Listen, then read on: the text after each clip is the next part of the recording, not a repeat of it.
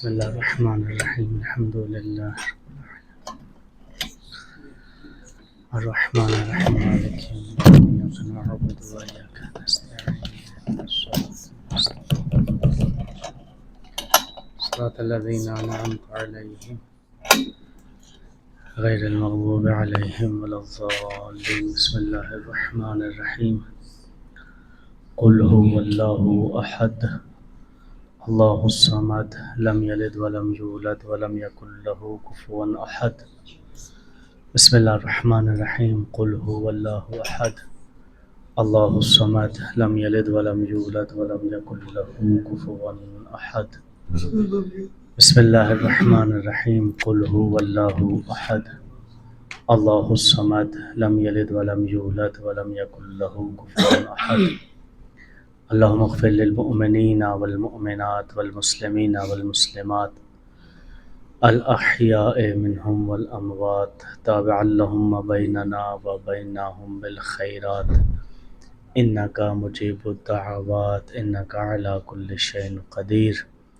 میرے مالک کی سورہ فاتحہ کا ثواب ان حاضرین محفل کے تمام مرحومین جو بھی مومنین اس سال اس دنیا سے رخصت ہوا، بالخصوص آج کے دن جو بھی مومن اس دنیا سے رخصت ہوا، اور بالاخص محمد اکرم، مختار احمد، سید قائم نقوی، ظفر الحسن، افتخار صاحب، محمد رضا، ولد رحمت علی، علی رضا، اور جو مستورات کے نام یہاں پہ لکھے گئے ہیں، میرے مالک ان کے نام اعمال میں سورہ فاتحہ کا ثواب درج فرما، انہیں اپنے خاص جبر رحمہ میں جگہ عطا فرما، ان کے قبور پہ اپنے رحمتوں کا نزول فرما، ان کے برزخ کے سفر کو آسان فرما، انہیں آج کی شب آل محمد کی زیارت سے مشرف فرما، بہترین آل محمد کا دسترخوان نصیب فرما۔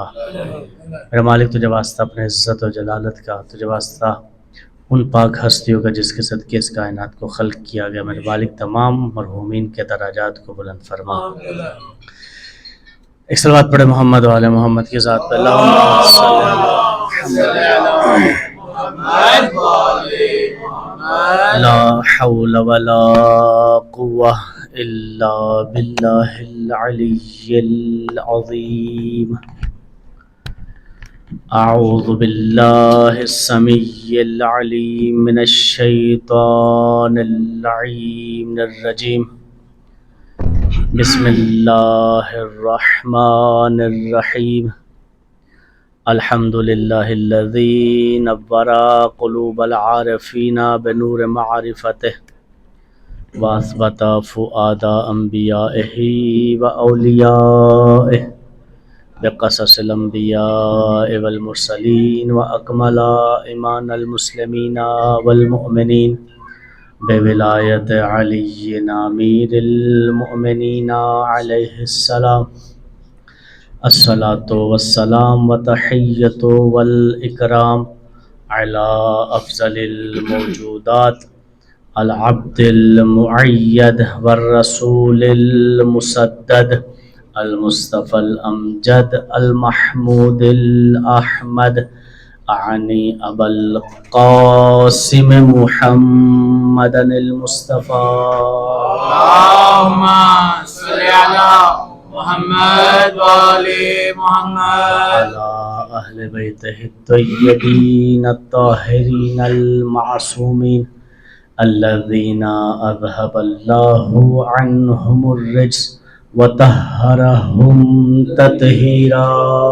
اللهم صل على محمد وآل محمد لا سیما بقیت اللہ فی الارضین روحی و جسمی و ارواح العالمین لتراب مقدمہ الفدا واللعنة الدائمة على أعدائهم أجمعين من الآن إلى قيام يوم الدين۔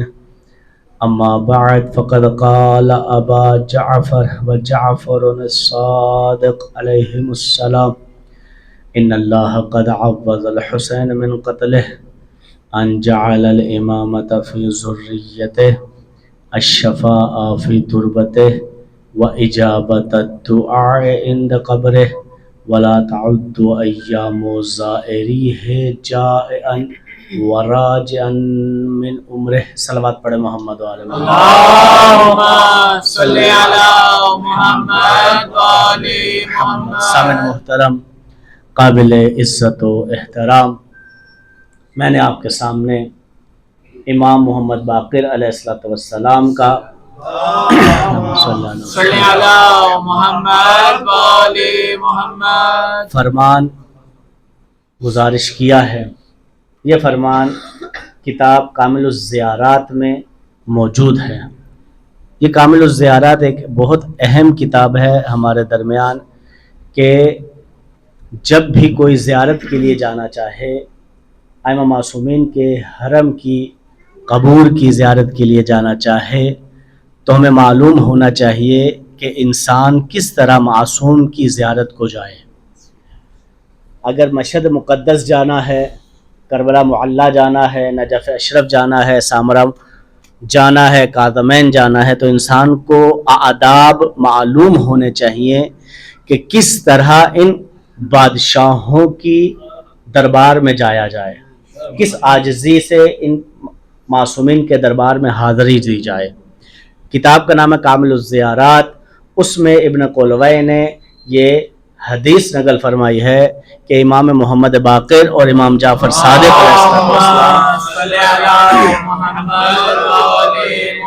فرماتے ہیں کہ اللہ نے شہادت امام حسین علیہ السلام کے عوض جو معصوم کربلا میں شہید ہوئے، سے معصوم نے 72 شہداء جو کربلا میں جنہوں نے اپنی جان کا نذرانہ پیش کیا، جو خدا کی خاطر قربان ہوئے، اس عظیم قربانی کے صدقے، اس عظیم قربانی کے عوض کے بدلے میں اللہ نے امام حسین علیہ السلام کو 4 امتیازات عطا فرمائے. کس وجہ سے؟ جو امام حسین علیہ السلام نے کربلا میں اپنی اور اپنے ساتھیوں کی جو قربانی پیش کی، جو عظیم قربانی پیش کی، جس مقصد کے لیے مولا امام حسین نے اپنی جان کو قربان کر دیا، اس مقصد کو زندہ رکھنے کے لیے اس عظیم قربانی کے عوض بدلے میں اللہ نے سید الشہداء کو، معصوم کو 4 امتیازات عطا فرمائے. یہ 4 امتیازات ایسے ہیں جو پوری تاریخ میں، یہ 4 امتیاز جو سید الشہداء کو، جو امام حسین علیہ السلام کو ان کی شہادت کے عوض اللہ نے عطا فرمائی، یہ ایسے امتیازات ہیں جو تاریخ میں کسی پیغمبر کو نہ ملے، کسی نبی کو نہ ملے، کسی صحابی کو نہ ملے. کسی کو یہ امتیازات اللہ نے عطا نہیں فرمائے. کن کو دیے؟ کن کی فضیلتیں بڑی؟ سید الشہداء کی، مظلوم کربلا کی، امام حسین علیہ السلام کی. کیوں؟ ان کی شہادت کے عوض، معصوم کی شہادت کے عوض اللہ نے 4 امتیازات عطا فرمائے. پہلا امتیاز، معصوم فرماتے ہیں ان اللہ قد عوض الحسین من قتلہ. 4 امتیاز اللہ نے امام حسین کی شہادت کے عوض وہ عطا فرمائے. نمبر 1، ان جعل الامامۃ فی ذریتہ. اللہ نے امام حسین علیہ السلام کی نسل میں امامت کو رکھا. مجھے بتائیے کس امام کی؟ مولا کائنات تو ان کے باپ ہیں، لیکن ان کے علاوہ کون سا ایسا امام ہے جس کی نسل میں امامت ہے؟ اللہ نے امام حسین علیہ السلام کی ذریت میں، ان کی اولاد میں درجہ امامت کو رکھا. کتنے امام؟ جی، امام حسین کی نسل میں کتنے امام؟ 9 امام. اللہ نے امام حسین علیہ السلام کی نسل میں 9 اماموں کو رکھ دیا. یہ فضیلت کیوں ملی؟ عظیم قربانی کی وجہ سے. اللہ نے ایک نبی کی نسل میں امامت کو رکھا ہے. کون سے نبی کی نسل میں امامت کو رکھا ہے؟ حضرت ابراہیم علیہ الصلوۃ والسلام. جب اللہ نے حضرت ابراہیم کو خلیل بنا لیا، خلت دے دی، اپنا دوست بنا لیا، حبیب خدا کو بھی اپنا دوست بنا لیا. حبیب اللہ اور خلیل اللہ دونوں اللہ کے دوست ہیں. حبیب خدا، رسول خدا، ختم الانبیاء حضرت محمد المصطفیٰ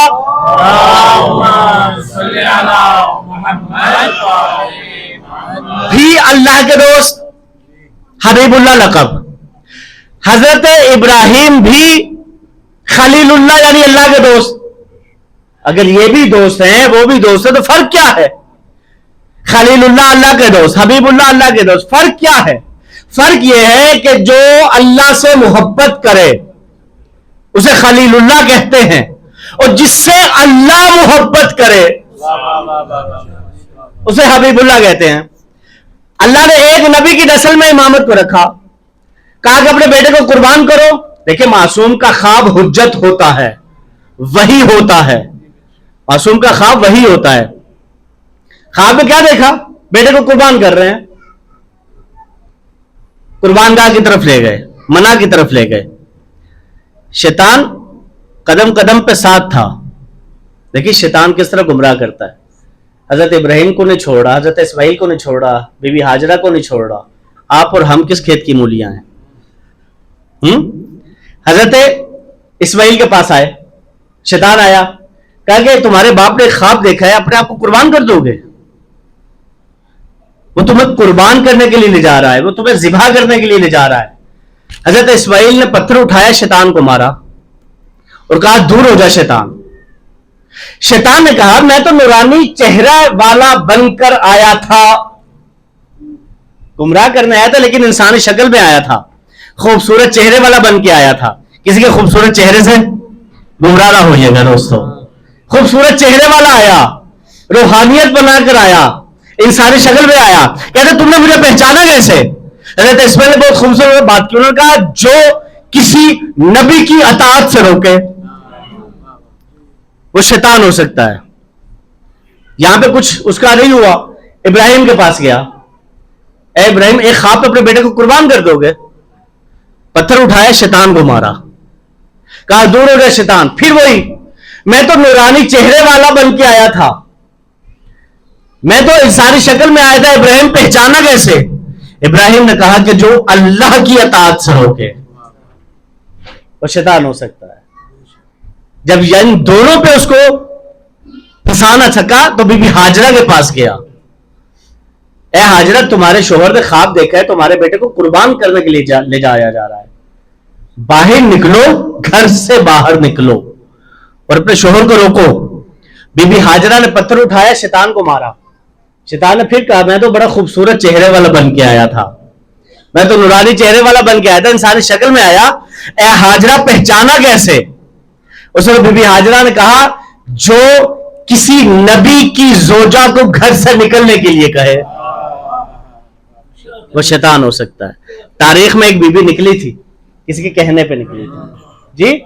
بس جو بھی کسی نبی کی اطاعت سے روکے وہ شیطان ہو سکتا ہے، جو اللہ کے حکم سے روکے وہ شیطان ہو سکتا ہے، جو کسی خاتون کو بغیر اجازت گھر سے نکلنے کے لیے کہے.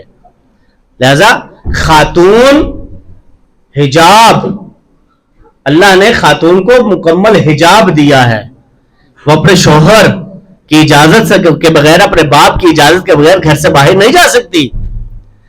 ایک جائے گی تو فرشتے لعنت کریں گے. چونکہ میری مائیں بہنیں سن رہی ہیں، میں ان کو بتا رہا ہوں. ایک خاتون تھی، اس کا شوہر تجارت کے لیے باہر گیا، باپ پیچھے سے فوت ہو گیا، مثلا بہت بیمار پڑ گیا. رسول خدا کا زمانہ، پیغام بھجوایا رسول خدا کو کہ میرا شوہر گھر پہ نہیں ہے، تجارت کے لیے ملک سے باہر گئے ہیں، آیا میں اپنے باپ کی عیادت کے لیے جا سکتی ہوں؟ حضور اکرم نے فرمایا اگر تمہارے شوہر کی اجازت تھی تو جا سکتی ہو. نہیں یا رسول اللہ اجازت نہیں ہے. کہا تم گھر سے بغیر اجازت نہیں جا سکتی. کچھ عرصے بعد پیغام ملا تمہارا والد تمہارا باپ حالت احتضار میں ہے, تمہیں بلا رہا ہے, آؤ اپنے باپ کا آخری دیدار کر لو. کہا میرے شوہر کی اجازت نہیں ہے, میں گھر سے باہر نہیں جا سکتی. کہا فوت ہو گئے, کفن پہنا دیا گیا, اب دفنانے کا وقت آ گیا ہے, آ کے اپنے باپ کا آخری دیدار کر لو. کہا میرے شوہر کی اجازت نہیں ہے, گھر سے باہر نہیں جا سکتی. والد فوت ہو گیا, دفنا دیا گیا. شوہر واپس آیا, کہا کہ تمہارے پیچھے یہ حالات پیش آئے تھے.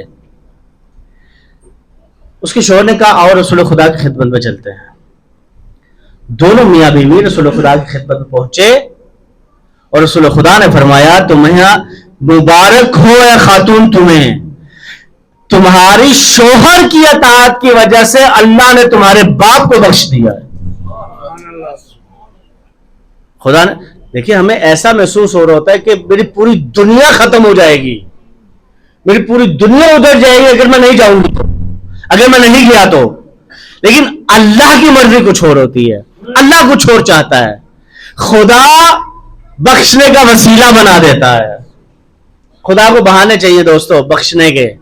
ہم جس حجت کے انتظار میں ہیں وہ حجت ہمارا منتظر ہے. اللہ نے ایک نبی کی نسل میں امامت کو رکھا, جب امتحان میں کامیاب ہو گئے فرمایا انی جاعلک للناس اماما, اے ابراہیم تمہیں لوگوں کا امام بنا رہا ہوں. قال من ذریتی, کیا اس امامت کو میری نسل میں رکھو گے؟ قال لا ینال عہد الظالمین, اے ابراہیم جو تمہاری نسل میں ظالم ہوں گے امام نہیں بنیں گے. اللہ ان کی نسل میں امامت نہیں رکھے گا. جو ظالم ہوں گے کس نے فرما دیا؟ اللہ نے. پس طے ہے ان کی نسل میں اللہ امامت کو نہیں رکھے گا جو ظالم ہوں گے, جو ظلم کریں گے. اللہ ان کی نسل میں امامت کو نہیں رکھے گا, وہ امام نہیں بنیں گے جنہوں نے ظلم کیا ہوگا.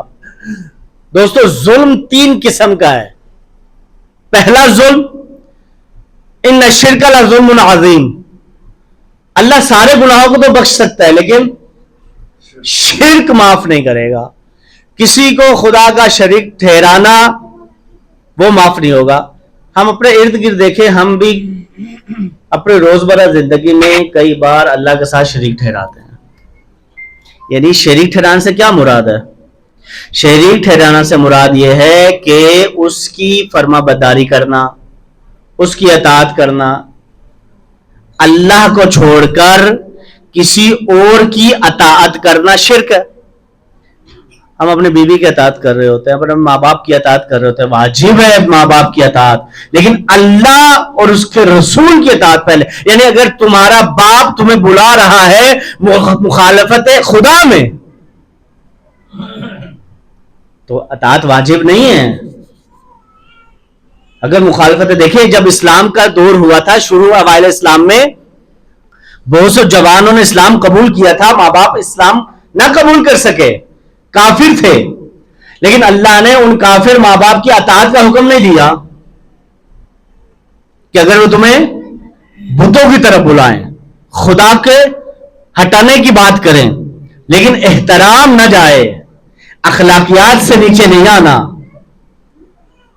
ان کی عزت ان کا اکرام ویسے ہی کرنا جیسے پہلے کرتے تھے, لیکن اگر خدا سے ہٹائیں تو اطاعت واجب نہیں ہے. بس روزمرہ کی زندگی میں ہم خدا کی باتوں کو پیچھے کر کے, بہت سے اپنی ذاتی نفسیاتی باتوں کو آگے کر کے خدا کی نافرمانی کر رہے ہوتے ہیں. بھئی مجھے یہ پسند ہے, اللہ کو چاہے پسند ہو یا نہ ہو, میں ایسا چاہتا ہوں, میں ایسا کرنے لگا ہوں, میرا دل یہ چاہ رہا ہے. بھی تمہارا دل کی مرضی نہیں ہے, دین کے اندر اللہ کی مرضی چلتی ہے. بس اگر ظالم ہوں گے تو حضرت ابراہیم کی نسل میں امامت نہیں ہے. ان الشرک لظلم عظیم. نمبر 2 ظلمت نفسی. نمبر 3 عوام الناس پہ ظلم. جو یہ تین قسم کا ظلم کرے گا اللہ اس کی نسل میں امامت نہیں رکھے گا، اللہ اس کی نسل میں امامت کو قرار نہیں دے گا۔ کس نے کیا؟ اللہ نے کہا۔ کس کو؟ حضرت ابراہیم علیہ السلام کو۔ اب آئیے دوستو، اس معاشرے میں چار قسم کے افراد پائے جاتے ہیں جن میں سے تین قسم کے افراد یہ ظلم کرتے ہیں۔ بس ان تین قسم کے افراد میں اللہ نے امامت کو نہیں رکھا۔ پہلا، جو اسلام لانے سے پہلے بھی ظلم کرتے تھے، اسلام لانے کے بعد بھی ظلم کرتے ہیں، یعنی انہوں نے اسلام قبول کر لیا پھر بھی بتوں کی پرستش نہ چھوڑی، بغل میں اپنے بت رہا کرتے تھے، ان کی عزت اکرام کیا کرتے تھے۔ اسلام لانے سے پہلے بھی ظلم کرتے تھے اللہ کے ساتھ، یعنی شریک ٹھہراتے تھے، اسلام لانے کے بعد بھی ظلم کرتے تھے۔ اللہ نے ان کی نسل میں امامت نہیں رکھی۔ دوسرے قسم کے افراد جو اسلام لانے سے پہلے تو ظلم کرتے تھے لیکن اسلام لانے کے بعد انہوں نے ظلم کو چھوڑ دیا، اللہ کی عبادت کرنا، چونکہ پہلے ظالم تھے، اللہ نے ان کی نسل میں بھی امامت نہ رکھی۔ تیسرے وہ افراد ہیں کہ جو اسلام لانے سے پہلے ظلم نہ کرتے تھے لیکن اسلام لانے کے بعد ظلم کرنے لگے، اور تاریخ میں ایسے افراد موجود ہیں جو اسلام لانے سے پہلے پرستش نہ کرتے تھے لیکن اسلام لانے کے بعد وہ پرستش کرنے لگے، خدا کے دین سے ہٹ گئے۔ اور چوتھی قسم کے افراد وہ جو انہوں نے کبھی نہ اسلام لانے سے پہلے ظلم کیا، یعنی کسی نے اللہ کے ساتھ نہ شریک ٹھہرایا، نہ اسلام لانے کے بعد ظلم کیا۔ دیکھیں اللہ نے ان کی نسل میں امامت کو رکھا ہے، اللہ نے ان کی نسل میں امامت کو رکھا ہے۔ جو نہ اسلام لانے سے پہلے ظلم کرتے تھے، یعنی اللہ کے ساتھ نہ شریک ٹھہراتے تھے، اللہ کی وحدانیت کے علاوہ کسی کی عبادت نہ کرتے تھے، صرف خدا کی پرستش کرتے تھے، نہ اسلام لانے کے بعد ظلم کرتے تھے۔ یہ کون سے لوگ ہیں جن کی نسل میں اللہ نے امامت کو رکھا؟ مجھے تعجب پڑتا ہے ان مسلمانوں پر جو کہتے تھے ابو طالب نے کلمہ نہیں پڑھا، جو کہتے ہیں ابو طالب نے کلمہ نہیں پڑھا۔ کیوں؟ رسول خدا نے کان میں کہا تھا چچا جان میرے کان میں کلمہ پڑھ دیجئے، میں آپ کی قیامت والے دن شفاعت کروں گا۔ اللہ نے حضرت ابو طالب کی نسل میں امامت کو رکھ کے یہ بتا دیا کہ سرکار ابو طالب اسلام لانے سے پہلے بھی بتوں کو پرستش نہ کرتے تھے، نہ اسلام لانے کے بعد بتوں کی عبادت کرتے تھے، کیونکہ قرآن کا وعدہ یہ ہے اللہ اس کی نسل میں امامت نہیں رکھے گا جو ظالم ہوگا، جو ظلم کرتا ہوگا، جو اللہ کے ساتھ شریک ٹھہراتا ہوگا۔ امیر المومنین علی ابن ابی طالب علی علیہ السلام سرکار ابو طالب کے بیٹے، سرکار عمران کے بیٹے، اگر امیر المومنین پہلے امام ہیں جو منسوب من اللہ ہے تو اس کا مطلب ہے سرکار ابو طالب علیہ السلام کبھی شرک نہ کرتے تھے۔ اس کی ایک اور دلیل دے دیتا ہوں، دیکھیں ہم کہتے جب بھی مولا کائنات کا نام آتا ہے ہم کہتے ہیں علیہ السلام، لیکن جب ہمارے بھائی، ہمارے اہل سنت بھائی جب مولا کائنات کا نام لیتے ہیں تو کہتے ہیں کرم اللہ وجہہ، کہ علی کی پیشانی پہ اللہ کا کرم ہو۔ کیوں؟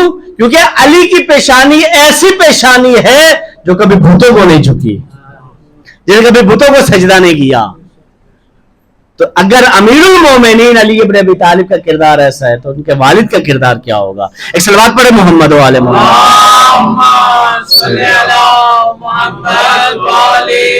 بس خالق کائنات نے امام حسین کی شہادت کے عوض پہلی وہ فضیلت عطا فرمائی کہ آپ کی نسل میں نسل امامت کو رکھ دیا، 9 اماموں کو آپ کی نسل میں رکھا۔ دوسری فضیلت جو اللہ نے سید الشہداء کو عطا فرمائی ان کی شہادت کی وجہ سے، اجابت الدعاء عند قبر، معصوم فرماتے ہیں کہ جو کوئی بھی امام حسین علیہ السلام کی قبر کی زیارت کو جائے اور گنبد کے نیچے کھڑا ہو کر دعا کرے، اللہ اس کی دعا کو کبھی رد نہیں کرتا۔ اجابت الدعاء عند قبر، یعنی قبر کے پاس جا کے سید الشہداء کی قبر کے پاس جا کے کوئی دعا مانگے اللہ اس کی دعا کو کبھی رد نہیں کرتا. کتنی بڑی فضیلت ہے. تیسری فضیلت جو مختص ہے سید الشہداء کی شہادت کی وجہ سے امام حسین کے ساتھ، معصوم نے فرمایا الشفاء فی تربت ہے. ائمہ معصومین کی قبروں کی مٹی بہت مبارک ہے مگر خاک شفا نہیں ہے. انبیاء کی قبروں کی مٹی بہت مبارک ہے لیکن اللہ نے خاک شفا نہیں بنایا. جناب سیدہ سلام اللہ علیہا کی قبر کی مٹی بہت مبارک ہے مگر خاک شفا نہیں ہے. امام حسن مجتبیٰ کی قبر کی مٹی، مجھ پہ فتویٰ نہ لگا دیجیے گا، معصوم کی حدیث بیان فرما رہا ہوں، بہت مبارک ہے مگر خاک شفا نہیں ہے. صرف امام حسین علیہ السلام کی قبر کی مٹی، اللہ نے اس مٹی میں شفا کو رکھ دیا کہ اگر ایک چنے کے دانے کے برابر میں پانی میں حل کر کے کسی مریض کو پلا دو اللہ شفا عطا فرمائے گا. نعرہ حیدری. 3 فضیلت ہے. اور چوتھی فضیلت معصوم نے فرمایا وَلَا تَعُدُّ أَيَّامُ زَائِرِيهِ جَائِعًا وَرَاجِعًا مِنْ عُمْرِهِ، کہ جو کوئی بھی امام حسین کی زیارت کو کربلا جائے، کربلا محلہ امام حسین کی زیارت کو جائے، مولا ہم سب کو اپنی زیارت سے مشرف فرمائے. انشاءاللہ اگلے سال 40 جا کے کرے امام کی بارگاہ میں. معصوم فرماتے ہیں کہ جو کوئی بھی معصوم کی زیارت کربلا میں جا کے کرے، جتنے دن لگائے امام حسین کی زیارت کو، 10 دن لگائے، 20 دن لگائے، 1 سال لگائے، 2 سال لگائے، 10 سال لگائے، 20 سال لگائے، معصوم فرماتے ہیں کہ کوئی شخص 40 سال مسلسل امام کی زیارت کو جاتا ہو، امام کی قبر کی زیارت کو جاتا ہو، معصوم فرماتے ہیں اس کے وہ 40 سال جو ہر سال امام کی زیارت کو گیا ہے اس کی زندگی میں شمار نہیں ہوں گے. اس کی زندگی اللہ بڑھا دے گا، وہ ایام اس کی زندگی میں شمار نہیں ہوں گے. فی عمرے، اللہ اس کی زندگی میں وہ ایام شمار نہیں کرے گا. یہ اتنی بڑی فضیلت ہے سید الشہداء کی. دوستو ایک اور ایسا عمل ہے جس کی وجہ سے آپ اپنی زندگی کو بڑھا سکتے ہیں. کربلا تو جب جائیں گے وہ ایام ہماری زندگی میں تب شمار نہیں ہوں گے جب ہم امام کی زیارت کو جائیں گے. لیکن یہاں پاکستان میں اپنے گھر میں رہ کر ہم ایک ایسا عمل انجام دے سکتے ہیں جس کی وجہ سے ہماری زندگی، معصوم فرماتے ہیں 3 سال سے اللہ 30 سال تک بڑھا دے گا، اور وہ ہے صلہ رحمی. اپنے رشتہ داروں کے ساتھ صلہ رحمی کیجیے. آپ سب ماشاءاللہ رشتہ دار اکٹھے ہیں، اپنے دوستوں کے ساتھ نہیں، محلے والوں کے ساتھ نہیں، گھر والوں کے ساتھ، رحم والوں کے ساتھ صلہ رحمی کریں. ان کی تیمارداری کو جائیں، ان کے پوچھنے کے لیے جائیں. اللہ نے اگر ہمیں بہترین نعمات سے نوازا ہے تو ہم اپنے بھائیوں کے لیے انہی نعمات کو ان کے لیے بھی دیں. دیکھیں مہاجرین نے کیا کیا، انصارین نے کیا کیا مہاجرین کے ساتھ، جو کچھ کر سکتے تھے انہوں نے کیا اپنے آنے والے بھائیوں کے ساتھ، لیکن وہ ان کے رشتہ دار نہ تھے.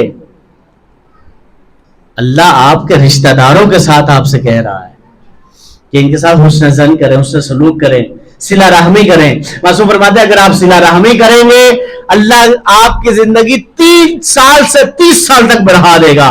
لیکن اگر بدبختی آ جائے ہمارے درمیان اور شیطان کو اپنے گھر میں آنے کی اجازت دے دے، اپنے دل میں شیطان کا گھر بنا دے اور اپنے رشتہ داروں کے ساتھ قطع رحمی شروع کر دیں، تو معصوم فرماتے ہیں اگر اس سے 30 سال جینا تو 3 سال اس کی زندگی باقی رہ جائے گی.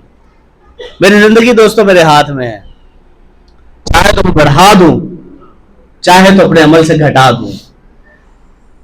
میں سب کچھ کر سکتا ہوں. اللہ نے اتنی طاقت دی ہے مجھے کہ میں خدا کی بارگاہ میں سب کچھ کر سکتا ہوں. نہ کروں میری بدبختی ہے، میں خدا کی طرف ایک قدم نہ بڑھاؤں تو میری بدبختی ہے. میں امام کی طرف ایک قدم نہ بڑھاؤں تو امام کا ظہور ہونا ہی ہے، میں پیچھے رہ جاؤں گا، میں اپنے امام کو چھوڑ دوں گا، میں اپنے امام کو بھلا دوں گا، میں اپنے امام کی طرف نہ جا پاؤں گا. وجود میرا کردار بہت اہم ہے امام کی طرف بڑھنے کے لیے. کیوں؟ معصوم فرماتے ہیں جھوٹ بولتا ہے وہ شخص جو کہتا ہے میں امام کی تلاش میں ہوں. معصوم فرماتے ہیں اپنے چاہنے والوں کو میں خود ڈھونڈ رہا ہوں. یقین کریں اگر ہم آج آمادہ ہو جائیں, یہ محرم سفر ہماری روح کی تربیت کے لیے تھے, ختم ہو گئے.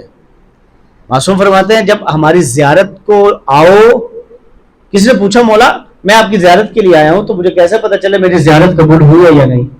معصوم فرماتے جب واپس جاؤ اور اپنے اندر ایک بھی تبدیلی محسوس کرو, یہ نہیں کہا کہ سارے کے سارے بدل جاؤ, اگر ایک بھی تبدیلی محسوس کرو تو سمجھو تمہاری زیارت قبول ہے.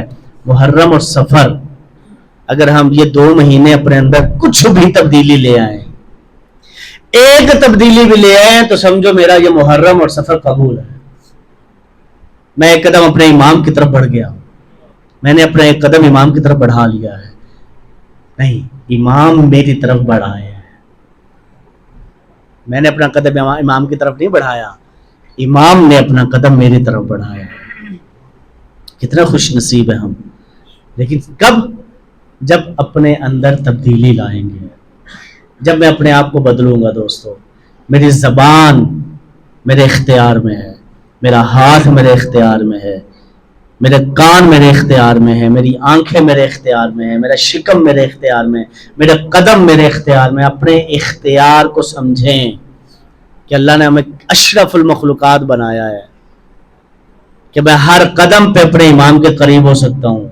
لیکن اتنا بدبخت ہوں کہ امام ہمارے درمیان موجود ہیں, میری آنکھیں اتنی گناہگار ہیں کہ امام کو نہیں دیکھ پا رہی, میرے کان اتنے گنہگار ہیں کہ امام کی آواز کو نہیں سن پا رہے, میری زبان اتنی گنہگار ہے کہ میں اپنے امام سے کلام نہیں کر پا رہا, میرے قدم اتنے گنہگار ہیں میں امام کی طرف بڑھ نہیں پا رہا, میرے شکموں میں حرام تو نہیں گیا. کربلا کربلا عظیم قربانی کہ ادھر امام حسین ہیں اور سامنے لاکھوں کا لشکر ہے. امام بلند آواز سے کہہ رہے ہیں کہ تم میری اس وجہ سے اتباع نہیں کر رہے کیونکہ تمہارے شکم حرام سے پور رہے ہیں, تم میری آواز کو اس وجہ سے نہیں سن رہے کیونکہ تم نے حرام کھا کھا کر اس قدر بدبختی اختیار کر لی ہے کہ میری آواز پر کا اثر تو امام کی آواز ہو اور کسی پہ اثر نہ ہو. ایسے کیسے ممکن ہو سکتا ہے؟ وہ امام پکار کے کہہ رہے ہیں, اور آج کا امام بھی پکار کے کہہ رہا ہے.